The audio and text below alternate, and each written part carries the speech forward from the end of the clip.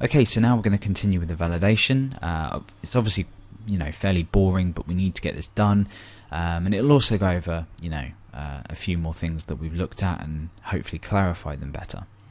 Okay, so now what we need to do is once we've looped through our items, we need to do another check that this array is empty. The reason being is that if we hit any item that has not been specified or nothing's been typed and it's required, we don't really want to do any more validation until all of the form fields are filled in. So here I want to say if empty errors is equal to true, then what do we want to do? Well, we don't have much data really to validate. We've just got the email address here. The first name really can be any amount of characters. We haven't specified whether it has to be greater than or less than a certain amount of characters. Obviously, if you had done that in your registration process, it'd be a good idea to include that here as well, that check here. But I'm just going to be focusing on validating the email address, and then we'll go on to the actual important part, which is actually updating the user's details. So I'm going to do a couple of, or I'm going to do an if-else-if statement here.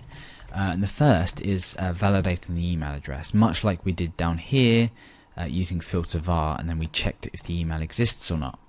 So I'm going to say filter var email, and how we want to validate this. So I'm going to validate,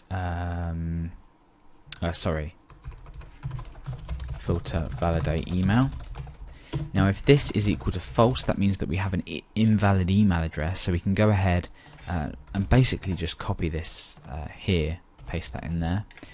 Now if the email address is valid, we go on to this part of this block of the if statement, and then we need to perform another check. Now this is where the logic starts to get slightly different.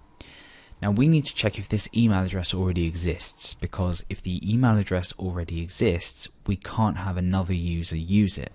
Say I registered and then you registered, and then you tried to change your email address to my email address. That's not, something's wrong there, we don't want to allow that. But we also need to include an additional part to this condition, and that is as long as the user the current email is different from the email stored. The reason being is that if let's just talk about me now, if I went and registered with an email address alex@phpacademy.org or billy@phpacademy.org, and then I wanted to update my details and I left my email as it was, that email technically exists. So we only want to perform this check when the email address has been changed within the field. Hopefully that makes sense. If not, I'll write it out and then it will. So we need to use the email exists function that we created. If you need to remind yourself, go back and look at that.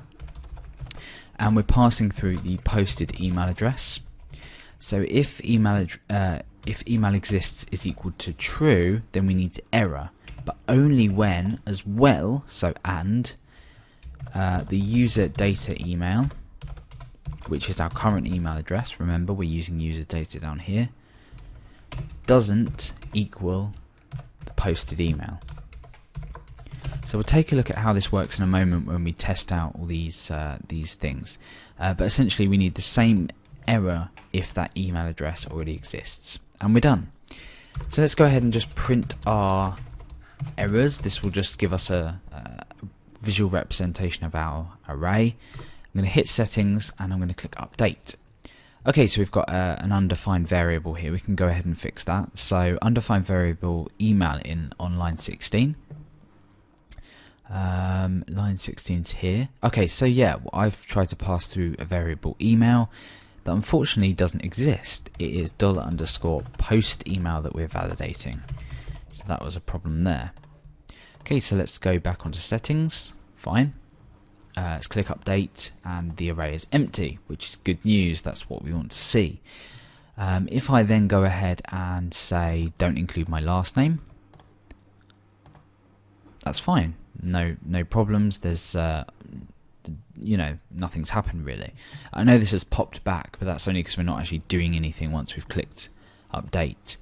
So if I was to remove my first name, or that's not my first name, but update, it now says fields marked with an asterisk are required. So we're getting this this data, these errors start to show through. Now you notice when I click update, this isn't returning an error saying, oh, that email address isn't, it's already in use.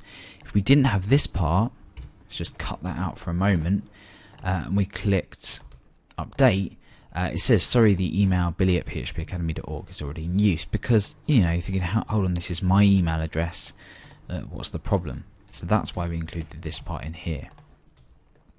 Okay, so now if I go and try and change this, then, it will be validated. So for this, I'm just going to go ahead and create a new user account in here. So I'm going to really quickly do this. So my username, Alex, password, Alex Garrett, this email, don't have to worry about that, and I'm going to activate my account, make sure that is an MD5 hash, click go. So I've manually registered this account called Alex with the email alex@phpacademy.org. Now if I was to change this to say fred@phpacademy.org and I click update, there's no errors. I can change my email address to fred@phpacademy.org. If I change it to alex@phpacademy.org, however, the email alex@phpacademy.org is already in use. So we've gone through choppily and checked this form field validation. So now to actually output the errors, we'll quickly go ahead and do that. We want to do this under the header. So remember, we're doing a logic at the top and then we're outputting anything down here. So what do we want to say? Well, we want to say if empty $_post is equal to false and empty errors is equal to true. Then what do we want to do? Well, this means that we've posted data and there's no errors, so we want to update user details. Otherwise, what do we want to do? Well, we'll say else if empty errors is equal to false. And what does this mean? Well, this means we have errors. So we go ahead and we echo using our output errors function that we created earlier on. So again, if you're unfamiliar, go back and check that.